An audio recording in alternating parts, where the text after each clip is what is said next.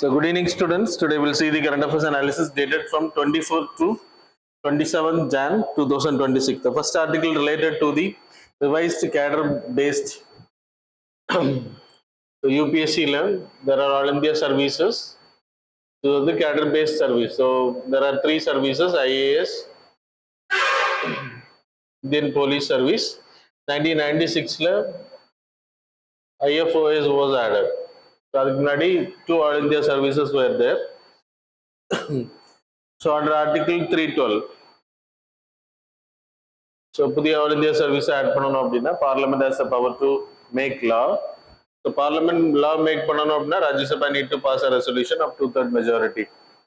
So முன்னாடி இந்த services allocations வந்து சோன் பேசிஸ்ல இருந்து 2017க்கு முன்னாடி லைக் ஹையர் ரேங்க் எடுக்கிறவங்களுக்கு they will get the home state மற்ற இதில் கொடுத்தாங்க. அதுக்கு பிறகு என்ன ஆச்சு அப்படின்னா every person is selecting the என்ன சொல்றது, ஸோ சதர்ன் ஸ்டேட்ல இருக்காங்க அப்படின்றது southern people, intellectual people are accommodated in their own states. இல்லைன்னா சவுத்தில் இப்போ தமிழ்நாட்டில் தமிழ்நாடு ஓன் ஸ்டேட் கிடைக்கல அப்படின்னா கேரளா ஆப்ஷன் போடுறாங்க.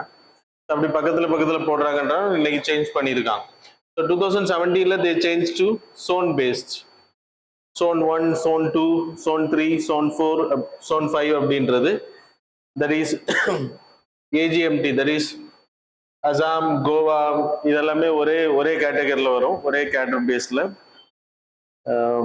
அருணாச்சல் பிரதேஷ், சாரி அசாம்னு சொன்னேன், Arunachal Pradesh, Goa, Mizoram, union territories, so இதெல்லாமே ஒரே கேட்டகரியில் வரும், ஒரே கேடர். அதுக்கப்புறம் Goa, sorry Jammu and Kashmir, Himachal Pradesh, so if it is there you can display it. This is new group, right? This is a new group. பழையது இருக்குங்களா? ஓகே, ஸோ ஜோன் பேஸை பொறுத்த வரைக்கும் AGMT, அப்புறம் Jammu and Kashmir, Himachal Pradesh, UK, Punjab, Uttarakhand, that is Uttarakhand, Punjab, Haryana, Rajasthan எல்லாமே வந்து zone 1ல் வரும். அதுக்கப்புறம் சோன் 2 எடுத்துக்கிட்டீங்கன்னா யூபி, பீகார், ஜார்க்கண்ட், ஒடிசா, 3 குஜராத், மகாராஷ்டிரா, அப்படி ஒவ்வொரு ஜோன்ஸும் நம்ம ப்ரிஃபர். ஸோ செலெக்ஷன் ஆகுறவங்க they need to give preference. இப்போ ஜோன் 1ல் அவங்களுக்கு ஸ்டேட் இருக்கு அப்படின்னா ஜோன் 1ல் இப்போ எக்ஸாம்பிள் ஜோன் 5ல் தமிழ்நாடு இருக்கு. அப்போ ஜோன் 5ல் அவங்களோட ஃபர்ஸ்ட் ப்ரிஃபரன்ஸ் எது? அதில் தெலுங்கானா இருக்கு, கர்நாடகா இருக்கு, கேரளா இருக்கு. ஸோ ஜோன் 5ல இப்போ நீங்கள் தமிழ்நாடு ஓன் ஸ்டேட் எடுக்கிறீங்க அப்படின்னா தெலுங்கானா, கர்நாடகா இதெல்லாம் என்னென்ன ப்ரிஃபரன்ஸ் அப்படின்றத கொடுக்கணும். அதே மாதிரி அடுத்த ப்ரிஃபரன்ஸில் they need to give zone வைஸ்லையும் ப்ரிஃபரன்ஸ் கொடுக்கணும். இப்போ சப்போஸ் ஜோன் 1ல் உங்களுக்கு தமிழ்நாட்டில் 6 சீட்ஸ் இருக்கு அப்படின்னா 4 seats allocated for outsiders, 2 seats for the insiders. அப்போ இன்சைடர்ஸில் கிடைக்கல அப்படின்னா they will go to the first allocationல they will see the next zone எது கொடுத்துருக்காங்க, அதுல அவுட் சைடர்ஸ் வேகன்சி இருந்துச்சுன்னா they will be allocated. So second அவங்க கொடுத்துருக்கு. இப்படிதான் பண்ணிட்டு இருந்தாங்க. இது ரொட்டேஷன் பேசிஸ்ல பண்ணிட்டே இருப்பாங்க. ஸோ இப்போ என்ன பண்ணியிருக்காங்க அப்படின்னா, இப்போ நான் உங்களுக்கு சொன்ன மாதிரி இப்போ தமிழ்நாடு கிடைக்கல அப்படின்னா the people will select the Kerala. அப்போ என்ன பண்ணுவாங்க அப்படின்னா சிக்கிம் போன்ற ஸ்டேட்ஸ் இதுல எல்லாம் வந்து அவுட் சைடர்ஸ் வேகன்சி இருக்காது. அப்போ இதை வந்து செகண்ட் ப்ரிஃபரன்ஸ்ல செகண்ட் ஜோன்ல கொடுத்துருவாங்க. செகண்ட்ல சிக்கிம் வந்து ஃபர்ஸ்ட் ப்ரிஃபரன்ஸ்ல இருக்கும். அப்போ சிக்கிம்ல வந்து அவுட் சைடர்ஸ் இல்லை அப்படின்றப்போ ஆட்டோமேட்டிக்லி இதே மாதிரி எல்லா ஜோன்லயும் சில ஸ்டேட்ஸ்ல அவுட் சைடர்ஸ் ப்ரிஃபரன்ஸ் இருக்காது, கம்மியாக தான் இருக்கும். அப்படின்றப்போ automatically they will come to the again the same ரொட்டேன். அப்போ தமிழ்நாடு கிடைக்கலன்னா தெலுங்கானா, கர்நாடகா, கேரளா இந்த மாதிரி கிடைக்கும். ஸோ அதுக்காக ப்ரிஃபரன்ஸ் வந்து யூஸ் பண்ணுவாங்க. ஸோ இதனால சதர்ன் பீப்புள் எல்லாருமே சவுத்துல அகாமடேட் ஆகுறாங்க அப்படின்றதுனால ஸோ இது வந்து அப்படி இருக்கக்கூடாது. National integration purpose, that is unity and diversity. So எல்லாருமே எல்லா இடத்துலையும் ஒர்க் பண்ணணும் அப்படின்ற ஒரே கான்செப்டுக்காக இப்போ என்ன பண்ணியிருக்காங்கன்னா இந்த ஜோன்ல இருந்து grouping allocation displayed. So you can see the groupings, group 1, group 2, group 3, group 4. அதில் ஆல்பபெட்டிக் ஆர்டர்ல ஸ்டேட் போட்டிருக்காங்க. குரூப்ஸ் குரூப் இது வந்து ஆல்பபெட்டிக்கல் ஆர்டர்ல போட்டிருக்காங்க. AGMUT அப்படின்னா that is one category, one cadre பேஸ்ல வரும். that is நான் உங்களுக்கு சொன்ன அருணாச்சல் பிரதேஷ், கோவா, மிசோரம், யூனியன் டெரிட்டரிஸ், அதாவது AGMUT அப்படின்றது. அப்புறம் ஆந்திர பிரதேஷ், அசாம், மேகாலயா. அசாம், மேகாலயா ஒரே கேடர், அதனாலதான் M வந்திருக்கு. அதனால எம் ஆல்பபெட்டிக் ஆர்டர்ல வரல, அசாம்ன்றதுனால வந்திருக்கு, அசாம், மேகாலயா, பீகார், சத்தீஸ்கர். ஸோ இதெல்லாமே ஆல்பபெட்டிக்கல் ஆர்டர்ல ஒவ்வொரு குரூப்புக்கும் பிரிச்சிருக்காங்க. Tamil Nadu is a part of third குரூப்ல இருக்கு. ஸோ இதுல என்ன பண்ணுவாங்க அப்படின்னா, குரூப் ஒன்ல இப்போ ஒரு பர்சன் லைக் ஒரு ஆல் இந்தியா ரேங்க் 5ல வரக்கூடிய பர்சனுக்கு வந்து தமிழ்நாடுன்னு வச்சுக்கோங்களேன், ஹோம் கேடர். அப்போ தமிழ்நாடு வந்து ஸ்டேட் ப்ரெஃபரன்ஸ் கேட்பாங்க. அதுக்கு அடுத்து தமிழ்நாட்டில் அவுட் சைடர்ஸ் வேகன்சி இல்லை, இப்போ 4 seats for outsiders, 2 seats for insiders. இதுல தமிழ்நாடு ஒரு கிடைக்கல அப்படின்னா, ஹோம் ஸ்டேட்ல கிடைக்கலன்னா they will go for roster system. roster system அப்படின்னா ரொட்டேஷன் பேசிஸ்ல வந்துட்டே இருக்கும். இப்போ குரூப் 1 அப்படின்றது அதுல சீட்ஸ் இல்லை அப்படின்னா தென் குரூப் 2 ஆர் குரூப் 3 என்ன அலோகேஷன்ஸ்ல வேணா போடலாம், ப்ரெஃபரன்ஸ் எல்லாம் எடுக்க மாட்டாங்க, கணக்கு எடுக்க மாட்டாங்க. அதே மாதிரி இந்த வாட்டி குரூப் 1 ஃபர்ஸ்ட்ல இருக்குன்னா அடுத்த வாட்டி கேட்டகரி அலோகேஷன்ல நெக்ஸ்ட் இயர் 2027ல கேட்டகரி அலோகேஷன் வந்து குரூப் 2 வந்து ஃபர்ஸ்ட் வரும். அப்போ குரூப் 2ல இருந்து ஆரம்பிக்கும். அப்படியே ரோஸ்டர் சிஸ்டம் ரொட்டேட் ஆகிட்டே இருக்கும். So that's about the new system. The next article related to the citizen centred universal health coverage. That is லான்செட்டோட ரீசெண்ட் ரிப்போர்ட். நம்மளோட ஹெல்த் சிஸ்டம் எப்படி இருக்கு. Lancet group is a journal. 1823ல they are publishing health system of the entire world. அதுல இந்தியாவுக்கான report வந்து release பண்ணா there will be commissions நிறைய இருக்கும். அதுல இந்தியாவுக்கான கமிஷன் கேட்டா Vikram Patel co-chair for the commission. So முன்னாடி நம்மளோட ஹெல்த் சிஸ்டம் வந்து ரொம்ப புவரா இருந்துச்சு ரிப்போர்ட் கொடுத்துருக்காங்க. Lack of political will, under utilised funds, under funding பண்ணப்படல, அடிக்வேட் ஹியூமன் ரிசோர்சஸ் இல்லை, டாக்டர்ஸ் நர்சஸ் இல்லை, லேக் ஆஃப் லைக் அவேர்னஸ் இல்லை, மக்கள்கிட்ட அவேர்னஸ் கிடையாது, அது ப்ராப்பரா பண்றது இல்லை அப்படின்றது. இப்போ அது வந்து இன்க்ரீஸ் ஆயிருக்கு அப்படின்றத இந்த ஆர்டிகிள் சொல்லுது. ஆன்சர் ரிப்போர்ட் என்ன சொல்ல, நேஷனல் ஹெல்த் மிஷன் அடிப்படையில் 70% பட்ஜெட் அலோகேஷன் இன்க்ரீஸ் ஆயிருக்கு. அது மாதிரி 15% ஆஷா ஒர்க்கர்ஸ் இன்க்ரீஸ் ஆயிருக்காங்க. 8.95 lakhsல இருந்து 10.30 lakhs பீப்புள் இன்னைக்கு ஒர்க் பண்றாங்க Asha workers. Primary health centres வந்து இன்க்ரீஸ் ஆயிருக்கு 50%. Mobile medical services also increase. ஆனால் பெரிய அளவில் இல்லைனாலும் இன்க்ரீஸ் ஆயிருக்கு அப்படின்றாங்க. ஸோ சேலஞ்சஸ் எடுத்துனா இந்தியாவோட ஹெல்த் சிஸ்டம்ல இருக்கக்கூடிய சேலஞ்சஸ், ஆயுஷ்மான் பாரத் இன்னைக்கு நம்ம நிறைய கொடுத்துருக்கோம், ஆனால் அது போய் சேர்றதுல ப்ராப்ளம்ஸ் இருக்கு. எம்பேனல்டு ஹாஸ்பிட்டல், பிரைவேட் ஹாஸ்பிட்டல்ல தான் 65% பக்கத்தில் பெட்டிங் இருக்கு. ஹாஸ்பிட்டல் பப்ளிக் செக்டர்ல வந்து கம்மியா இருக்கு. அப்போ எம்பேனல்டு ஹாஸ்பிட்டல்ஸ் இருக்கணும், அது இல்லை. 1.6 million பீப்புள் டெத் ஆகுறாங்க. ப்ரிவெண்டபிள் டெத் அப்படின்னா குணப்படுத்தக்கூடிய நோயினால சாகிற எண்ணிக்கை வந்து அதிகமா இருக்கு. We are spending only 1.8% of GDP. 2.5 வந்து ரெக்கமெண்டட், பட் 1.5 தான் நம்ம பண்ணிட்டு இருக்கோம். அது மாதிரி பப்ளிக் இன்ஃப்ராஸ்ட்ரக்சர் அதிகப்படுத்தணும், அது அதிகப்படுத்தலை நம்ம. அது மாதிரி ஃப்ராக்மெண்டட் டெலிவரி சர்வீசஸ், நான் உங்களுக்கு ஏற்கனவே சொன்ன மாதிரி 65% பெட் வந்து பிரைவேட் ஹாஸ்பிட்டல்ஸ் கிட்ட இருக்கு, 35 தான் கவர்மெண்ட் கிட்ட இருக்கு. Out of pocket expenditure is கம்மியா இருக்கு, பட் இட் இஸ் ஹை. 16% குறைஞ்சிருக்கு. 47%ல இருந்து 16ல இருந்து 47% கம்மியா இருக்கு out of pocket expenditure. Still out of pocket expenditure is there. Poor infrastructure. ஒரு டாக்டர் வந்து 1000 பேஷண்ட்ஸ் அப்படின்ற WHO நார்ம்ஸ் 1000 பீப்புளுக்கு. நம்ம வந்து ஒரு டாக்டர் 834 பீப்புளுக்கு இருக்கும் அப்படின்னா வெரி ஹை ஹியூமன் ரிசோர்சஸ்ல. ஆனா அவங்க எங்க இருக்காங்கன்னா அர்பன்ல இருக்காங்க. ஸோ கிராமங்கள்ல யாரும் வேலை பார்க்கறது இல்லை. இது ஒரு பெரிய ப்ராப்ளம். வே ஃபார்வர்ட்ல we need to increase ASHA workers, panchayat raj institutions awareness create பண்றது, கிராமப்புறங்களை அட்மினிஸ்ட்ரேஷன் அதுக்கு பயன்படுத்தணும். பப்ளிக் செக்டர் ஹாஸ்பிட்டல்ஸ் வந்து பேக் போனா உருவாக்கணும். பெட்டிங் ஹாஸ்பிட்டல்ஸ் வந்து பப்ளிக் செக்டர்ல அதிகம், எய்ம்ஸ் மாதிரியான hospitals. Decentralise health care, finance அதிகமாக பண்ணணும். டிஜிட்டல் பப்ளிக் இன்ஃப்ராஸ்ட்ரக்சர்ஸ் வந்து அதிகப்படுத்தணும் அப்படின்றது இந்த ஆர்டிகிளோட recommendation.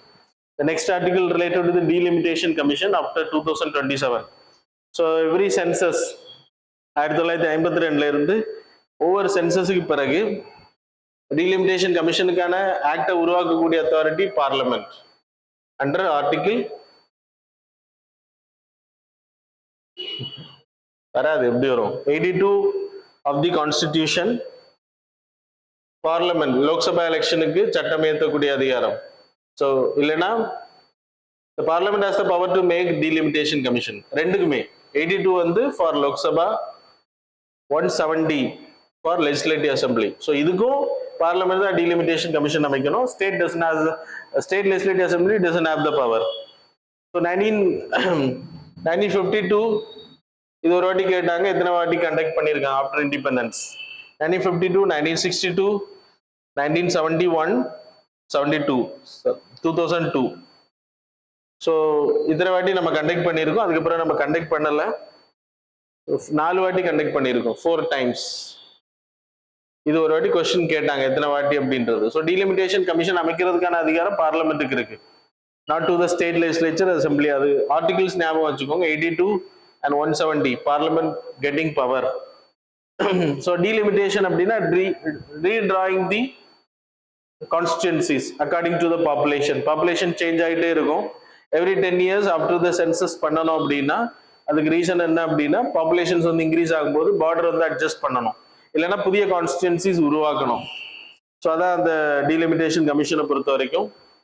So delimitation commission after every census. So இது வந்து இப்போ நம்ம பண்ணிட்டு இருக்குது 42nd Amendment Actல 1976ல we frozen our delimitation. அது வந்து நம்ம லைக் பாப்புலேஷன்ஸ் எடுக்கிறது 1971 வந்து ஃப்ரீஸ் பண்ணி வச்சிருக்கோம். அது மாதிரி 2002ல that is 82nd Constitutional Amendment Act, sorry 84th Constitutional Amendment Actல we again extended for 25 years, freezing the Lok Sabha seats, and also we are making the base year is 1971 census. அது காரணம் என்ன அப்படின்னா southern states வந்து பாப்புலேஷனை control பண்ணிட்டாங்க, fertility rate வந்து கம்மியாயிருச்சு. ஆனால் northern states வந்து இன்னும் கண்ட்ரோல் பண்ணலை. அதனால இப்போ டீலிமிட்டேஷன் பண்ணப்பட்ட யூபி 80 சீட்ஸ்ல இருந்து 150 சீட்ஸுக்கு போயிடும், 154 சீட்ஸுக்கு. It will double. Bihar will also get more seats.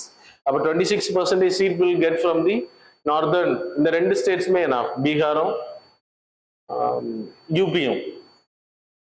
Bihar கணக்கு எடுத்துக்கிட்டீங்கன்னா they will get 40 to 80 seats, 40ல இருந்து 82க்கு மாறுவாங்க. ஸோ இவங்க 2 பேருமே லோக்சபால இப்போ நம்ம இதே அடிப்படையில் பண்ணோம், பாப்புலேஷன் அடிப்படையில் பண்ணாலும் 888 சீட்ஸ் வந்து இன்க்ரீஸ் ஆகும்.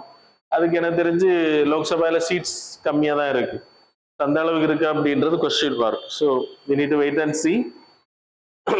அப்புறம் ஆர்டிகிள்ஸ் வேற என்னெல்லாம் ரிலேட்டட் டு டீலிமிட்டேஷன் கமிஷன் 82, 170, அதுக்கு பிறகு 330. எதுக்கு இப்படி சொல்லிடுவீங்க? 332, 330 for SC and ST. So அவங்களுக்கு வந்து டீலிமிட்டேஷன் கமிஷன் தான் எவ்வளோ ரிசர்வேஷன் கொடுக்கணும், இதெல்லாம் தனி தொகுதி அப்படின்றத அவங்க தான் டிசைட் பண்ணுவாங்க. தனி தொகுதின்னா தெரியல, reserved constituencies for SC and ST. அது மாதிரி 327, the parliament has the power to make regulation for the election. அது உங்களுக்கு தெரியும். 329A, it talks about any election related matters, delimitation கேட்டகரியில பண்ணக்கூடிய கமிஷன்ஸ் எடுக்கக்கூடிய முடிவுல cannot be challenged in any court of law. Delimitation commissions is legally binding, so final, and it cannot be challenged in any court of law. கரெக்டா அவங்க பண்ணணும். delimitation commission பொறுத்தவரை there will be a, it was constituted at every time, so every time after the census, 10 years census. இப்போ நம்ம 2021 census நடத்தல, 2027ல நடத்துறோம். அதனால தான் இப்போ ஏன்னா நம்ம 84th Constitutional Amendment Act 2002ல பண்ணும்போது 25 years எக்ஸ்டெண்ட் பண்ணிட்டு அதில் என்ன மென்ஷன் பண்ணியிருக்கோம்னா 25 இயர்ஸுக்கு பிறகு அதுக்கு பிறகு என்ன சென்சஸ் நடக்கும், 2026க்கு பிறகு எந்த சென்சஸ் எடுக்கிறோமோ that will be treated. அப்போ அதன் அடிப்படையில் லோக்சபா சீட்ஸை வந்து இன்க்ரீஸ் பண்ணலாம் அப்படின்றத சொல்லியிருக்காங்க. இப்போ 2026க்கு பிறகு 2027ல சென்சஸ் எடுக்கிறாங்க. ஸோ அதுக்கு பிறகு நடைமுறைக்கு வரக்கூடிய அது மாதிரி உமன் ரிசர்வேஷன் ஆல்சோ இந்த சென்சஸ் அடிப்படையில் தான் வரப்போகுது. So it's very important. So delimitation பண்ணுவாங்களான்னா yes they will do it. ஆனால் எப்படி பண்ணுவாங்க அப்படின்றது we need to wait and see. Southern states வந்து கைவிட்டுருவாங்களா அப்படின்றது according to the delimitation commission. So it will be chaired by a retired judge of the supreme court. அப்புறம் members யாரெல்லாம் இருப்பாங்கன்னா சீஃப் எலெக்ஷன் கமிஷனர்ஸ் 3 பேரும் வந்துருவாங்க. அப்புறம் ஸ்டேட் எலெக்ஷன் கமிஷனர்ஸ் இருப்பாங்க. எந்த ஸ்டேட்டுக்கு பண்றாங்களோ அந்த ஸ்டேட்டுக்கு மட்டும், சரியா? அது மாதிரி ஒவ்வொரு ஏரியா திருநெல்வேலி டிஸ்ட்ரிக்ட் பண்றாங்க, கன்னியாகுமரி டிஸ்ட்ரிக்ட் பண்றாங்கன்னா அந்த ஏரியாவில் இருக்கக்கூடிய MPs and MLAs will become the associate member of this commission. The decisions are legally binding when they are doing. So that's about this article. The next article related to the Rajasthan state. இது அந்த அளவுக்கு important இல்லை. Disturbed areas அப்படின்ற ஒரு சட்டத்தை உருவாக்க போறாங்க அப்படின்னு அனௌன்ஸ் பண்றது. டிஸ்டர்ப்ட் ஏரியானா கம்யூனல் வயலன்ஸ் இந்த மாதிரி ஆக்ட் இருக்கக்கூடிய பகுதிகள், அடிக்கடி பிரச்சனைகள் நடக்கக்கூடிய பகுதிகளை டிஸ்டர்ப்ட் ஏரியா அனௌன்ஸ் பண்ற அத்தாரிட்டி இன்னைக்கு டிஸ்ட்ரிக்ட் கலெக்டர் கிட்டே இருக்கு. அப்ப இந்த டிஸ்டர்ப் அதுக்கு வந்து குஜராத் வந்து ஒரு சட்டம் வச்சிருக்காங்க. அது எதுக்கு அப்படின்னா communal riots 1991 act. Communal riots அதிகமாக நடக்கக்கூடிய பகுதிகளில் the people will be forced to sell their properties and they will move out. So அதை தடுக்கிறதுக்காக டிஸ்ட்ரிக்ட் கலெக்டர் வந்து பெர்மிஷன் கொடுக்கணும். இப்போ அவங்க வந்து டிஸ்டர்ப்ட் ஏரியான்னு அனௌன்ஸ் பண்ணப்பட்ட அந்த இடத்துல இருக்கக்கூடிய ப்ராப்பர்ட்டியை விற்கிறதுக்கு they don't have the rights. அப்போ கலெக்டர் வந்து பெர்மிஷன் கொடுக்கும். அது எதுக்கு அப்படின்னா கலெக்டர் கிட்ட இட்ஸ் நாட் ஆர்பிட்ரரி இது கிடையாது. கலெக்டர் கிட்ட ஏன் பெர்மிஷன் வாங்கினா somebody is forcing them to sell their property house. அங்க அந்த இடத்த விட்டு வெளியூருக்கு போறதுக்கு போஸ்ட் பண்றாங்க அப்படின்றத என்கொயரி பண்ணிட்டு அந்த சொத்துக்களை விற்கிறதுக்கு அனுமதி கொடுப்பாங்க. அந்த ஒரு பர்பஸுக்காக. ஸோ இதே மாதிரி மாடலை ராஜஸ்தான் கொண்டு வர போறதா ஒரு நியூஸ். That's all. ஸோ இதுல டிஸ்ட்ரிக்ட் கலெக்டருக்கு இருக்கக்கூடிய அதிகாரத்தை பத்தி ஒரு கிரிட்டிசிசம் இருக்கு. Article 19 clause 1 sub clause e it talks about right to reside in any part of the country settle. அப்ப அது வந்து தடுக்குது. Freedom it's a part of fundamental rights. அது மாதிரி ஆர்டிகல் 15 டிஸ்கிரிமினேஷன் அந்த ground of religion cannot be done and caste creed எல்லாமே பண்ணக்கூடாது அப்படின்ற. ஸோ ஜஸ்ட் நியூஸ் தான், அவ்வளோ இம்பார்ட்டன்ட் கிடையாது. The next article related to the right to dignity. There is a news related to ASHA workers protesting in West Bengal. அப்புறம் கேரளாலே protest பண்ணா அவங்களோட salary வந்து 15,000 அப்படின்றது நிர்ணயம் பண்ணணும் அப்படின்றது. So ASHA workers அப்படின்னா accredited social health activists. They were created under National Rural Health Mission அப்புறம் National Urban Health Mission. இது இன்னைக்கு ரெண்டுமே வந்து நேஷனல் ஹெல்த் மிஷன் அப்படின்னு சொல்லிட்டு ஜாயின் பண்ணிட்டாங்க. நேஷனல் ஹெல்த் மிஷன் அப்படின்னு சொல்லிட்டு ரெண்டுமே சேர்க்கப்பட்டுருச்சு 2013. 2005 இட் வாஸ் கிரியேட்டட். ஆஷா ஒர்க்கர்ஸும் அதே மாதிரி தான். ASHA under the national rural health mission as well as national urban health mission. So ministry of health and family welfare கீழே வருது. 2013 இட் வாஸ் மெர்ஜ். இப்போ இதோட பர்பஸ் என்னன்னா யூனிவர்சல் ஹெல்த் கவரேஜ் கொடுக்குறது, எல்லாருக்குமே ஹெல்த் ஆக்சஸ் கொடுக்கணுன்றதுக்காக.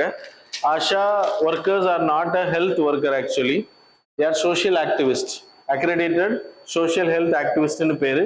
இவங்களோட பர்பஸ் என்ன, reduce IMR, infant mortality rate, maternal mortality rate, total fertility ரேட்டை வந்து கண்ட்ரோல் பண்றது. அது மாதிரி பப்ளிக் ஹெல்த் சிஸ்டமை வந்து இன்க்ரீஸ் பண்றது, ரீப்ரொடக்டிவ் மெட்டர்னல் ஹெல்த்தை வந்து அதிகப்படுத்துறது. நேஷனல் ஹெல்த் மிஷனோட பர்பஸும் அதுதான், கம்யூனிகபிள் நான் கம்யூனிகபிள் டிசீஸை கண்ட்ரோல் பண்றது. அதுக்கு நம்ம நர்சஸ் மட்டும் பத்தாது, ரூரல்ல வீடுகளில் போய் மக்களை வந்து பார்க்கணும், அஃபெக்டடா இருக்காங்களா இல்லைன்னு கணக்கு எடுக்கிறது. அது மாதிரி பிரெக்னென்ட் லேடிஸ் இருக்காங்க, எத்தனை பேர் பிரெக்னன்சியில இருக்காங்க, அவங்களுக்கு கரெக்டான ட்ரீட்மெண்ட் கிடைக்குதா, குழந்தைங்க வந்து வளர்ச்சி எப்படி இருக்கு, நிறைய பேர் ட்ரீட்மெண்ட் போகாம இருப்பாங்க. ஸோ அது மாதிரியான விஷயங்களை போய் பார்க்கறதுக்காக நார்மல் விசிட்ஸ் அந்த ஆஷா ஒர்க்கர்ஸ் இருக்காங்க. ஸோ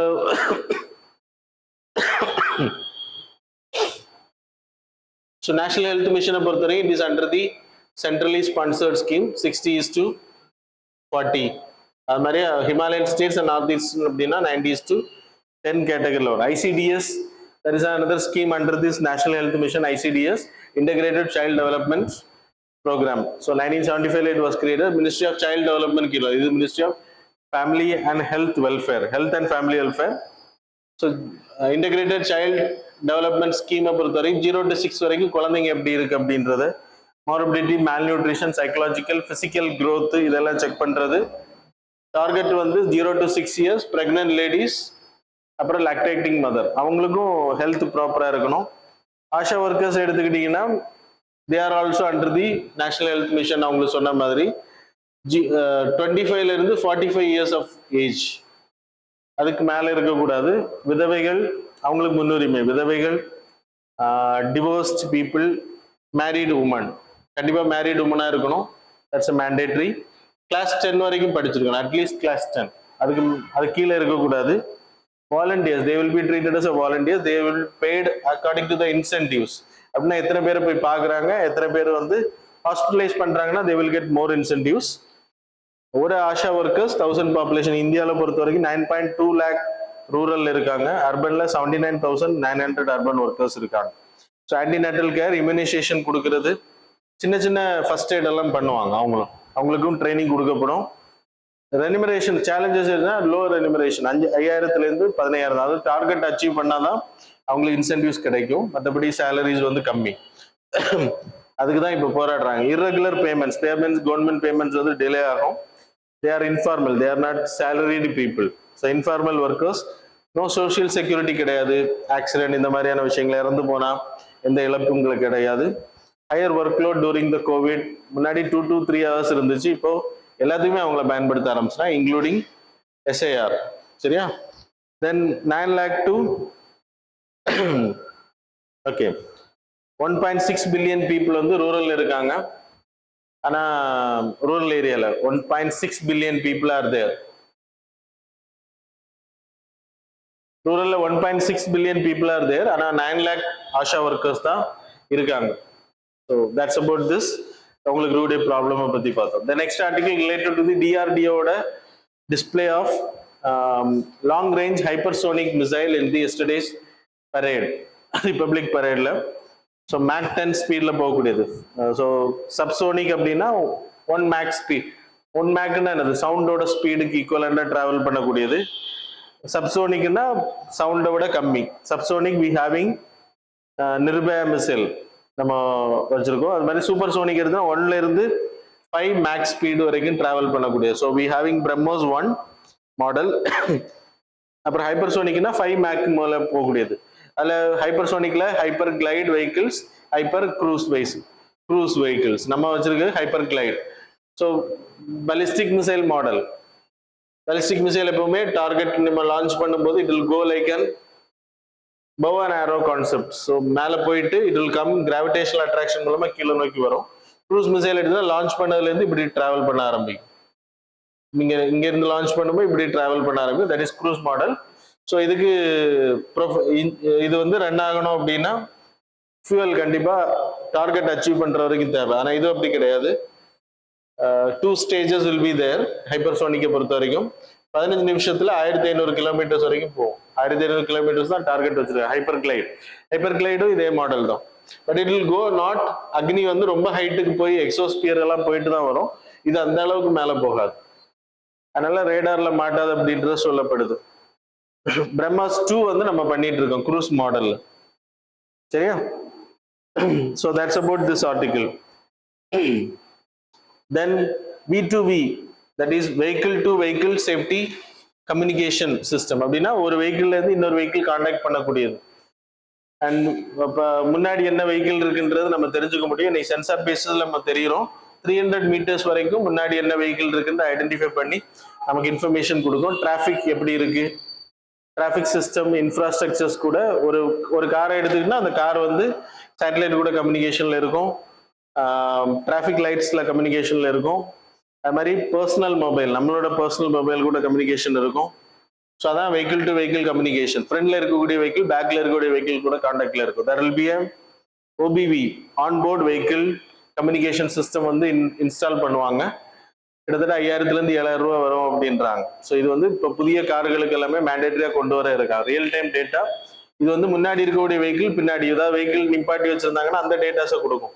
ஏதாவது வெஹிக்கிள் ஆக்சிடென்ட் ஆகிருக்கு, ஃபாக் கவர் ஆயிருக்கு, முன்னாடி வெஹிக்கிள்ஸ் அதிகமாக இருந்தால் நம்ம தெரியாம நார்த் இந்தியாவில் அதிகமாக ஆக்சிடென்ட்ஸ் நடக்கும். எக்ஸ்பிரஸ் வேலெல்லாம் ஒரு வெஹிக்கிள் வந்து இடிச்சிருச்சுன்னா தொடர்ந்து வந்து இடிப்பாங்க, ஏன்னா கண்ணுக்கு தெரியாது.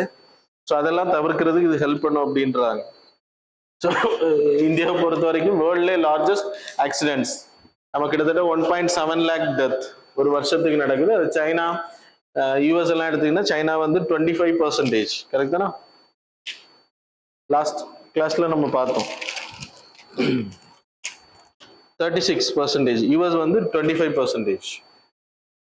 So that's about this article. The next article related to the cyber crime and crisis. Cyber crime உங்களுக்கு தெரியும், சைபரை வந்து நம்ம ஆன்லைன் வெப் கனெக்டிவிட்டி மூலமா ஃப்ராடிங் பண்றது, அதான் சைபர் கிரைம். சைபர் ஸ்பேஸ்ன்றது நம்ம யூஸ் பண்ணக்கூடிய internet facilities, mobile phones, servers எல்லாமே வந்து cyber space. United Nation convention on against cyber crime 2024ல ஒரு கன்வென்ஷன் நடந்துச்சு ஹனாயில. அதில் நம்ம கலந்துக்கிட்டோம், but we never signed it. அதில் சில ப்ராப்ளம்ஸ் இருக்கு. ஸோ சைபர் அட்டாக்ஸை பொறுத்தவரை இந்தியாவில் 2022 10.29 lakh சைபர் கேசஸ் ஃபைல் பண்ணப்பட்டிருக்கு. இன்னும் ஃபைல் பண்ணப்படாதது இருக்கும். அது வந்து 2024 எடுத்தீங்கன்னா 22.68 லேக்கா அதிகமா இருக்கு. அப்போ ஃப்ராட்ஸ் வந்து அதிகமா இருக்கு அப்படின்றது. ஏஐ பவர்டு சைபர் அட்டாக்ஸ் எப்படியெல்லாம் பண்ணா ஃபிஷிங் பண்ணுவாங்க. நம்மகிட்ட ஏடிஎம் நம்பருக்கு மேல இருக்கக்கூடிய நம்பர்ஸ் அந்த மாதிரி டேட்டாஸை கேட்கறது, அது விஷிங். அப்புறம் லிங்க் அனுப்பி அந்த லிங்கை நீங்க கிளிக் பண்ற மூலமா மேல்வேர் உங்க சிஸ்டம்ல இல்லைன்னா மொபைல்ல இன்ஸ்டால் ஆகும். அதன் மூலமா உங்க டேட்டாஸை திருடுவாங்க. ஸ்பையிங் பண்ணுவாங்க, ஸ்பைனேஜ். ஸோ ஃபினான்ஷியல் டோல், ரேன்சம் வேர், அப்புறம் நம்ம ஹேக் பண்ணிட்டு நம்மகிட்ட பணம் கேட்கறது. ஹாஸ்பிட்டல்ஸ், இன்ஸ்டிடியூஷன்ஸ், கிரிட்டிக்கல் இன்ஃப்ராஸ்ட்ரக்சர்ஸை வந்து ஹேக் பண்றது. அதுக்கு பிறகு பணம் கொடுத்தா தான் ரிலீஸ் பண்ணுவாங்க. அந்த மாதிரி இதெல்லாம் தடுக்கிறது. ஏன்னா it never happen in our country. யூஎஸ்ல இருந்து, சைனால இருந்து, வேற வேற நாடுகள்ல இருந்து அதை கண்ட்ரோல் பண்ணுவாங்க. So we can't take any action, immediate actions எடுக்க முடியாது. So only we can release them. நம்ம அதை ஹேக்கிங்கை தவிர்க்க முடியும், தடுக்க முடியும். இல்லைன்னா மாட்டிட்டு இருக்கவங்கள விடுதலை ஆக்கி விட முடியும் இந்த சைபர் அட்டாக்ஸ்ல இருந்து. So United Nation convention Hanoi, that is cyber crime அகேன்ஸ்டா ஒரு மீட்டிங். அந்த கன்வென்ஷன்ல சைபர் கிரைமை தடுக்கிறதுக்கு முயற்சிகள் எடுக்கிறோம் அப்படின்னு சொல்லி முடிவுகள் எடுக்கப்பட்டுச்சு.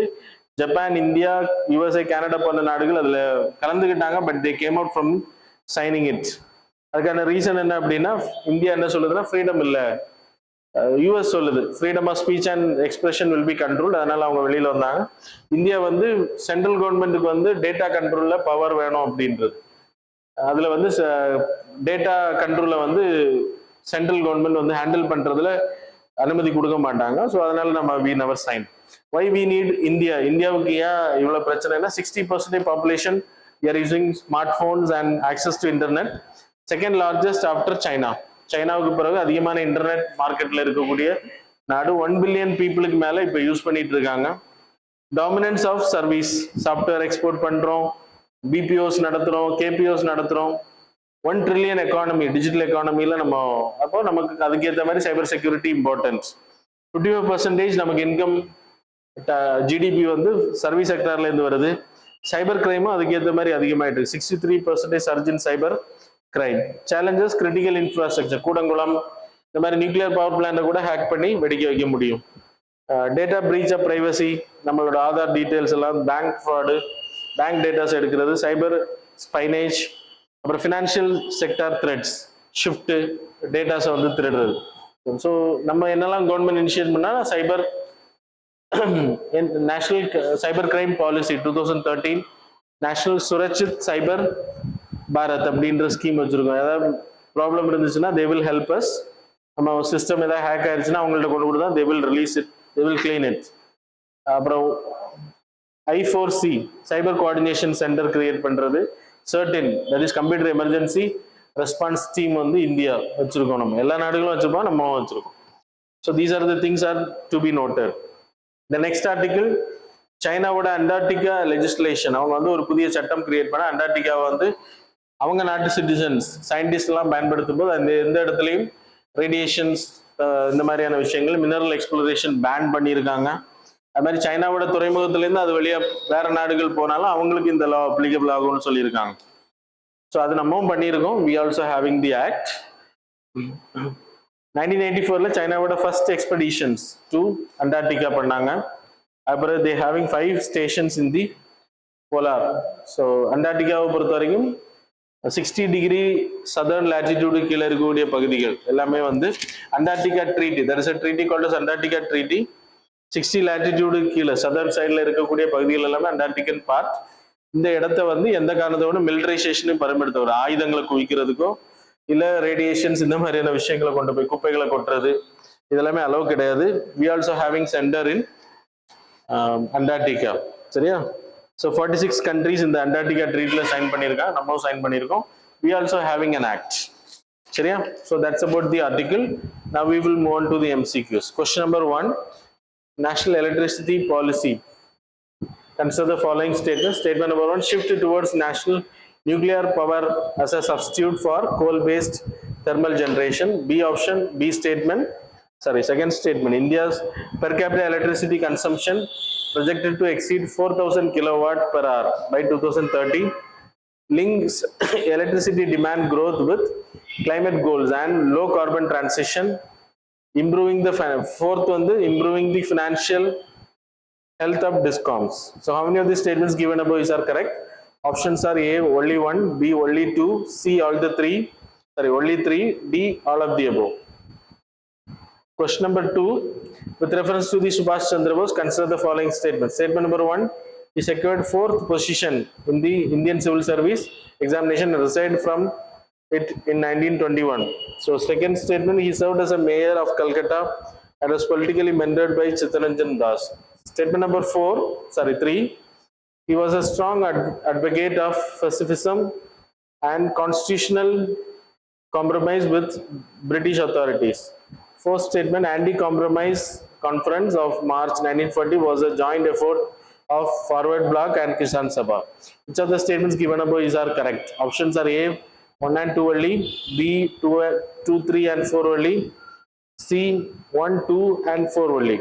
Will either correct அப்படின்ற எழுதுங்க. Question number 3. With reference to the proposed board of peace, consider the following statement. Statement number 1, it is proposed as an advisory body to facilitate peace negotiation in major global conflicts. Statement number 2, it is intended only to include leaders from countries directly involved on ongoing wars. Statement number 3, the board was envisaged to function under the United Nations framework. How many of these statements given above is are correct? Options are A only 1, B only 2, C all the 3, D none of the above. Question number 4, which one of the following best describes the Indo-Pacific Ocean Initiative? Options are A, military alliance led by India to counter naval expansion in the South China Sea. B, a legally binding treaty that mandates joint naval patrol among member nations. C, a voluntary non-treaty cooperative framework for practical maritime collaboration. Question number 5, with reference to the household debt in India, consider the following statements. Statement number 1, household debts as percentage of GDP has increased gradually since 2021.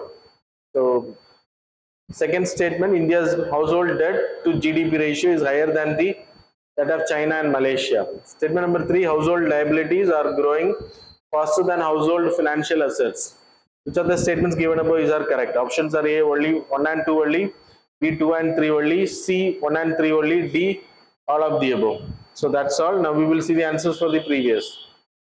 Question number 1 answer is A. Question number 2 answer is B. Question number 3 answer is D. So question number 4 answer is B. Question number 5 answer is C. So that's all about the current affairs and MCQ. Thanks a lot for joining with us.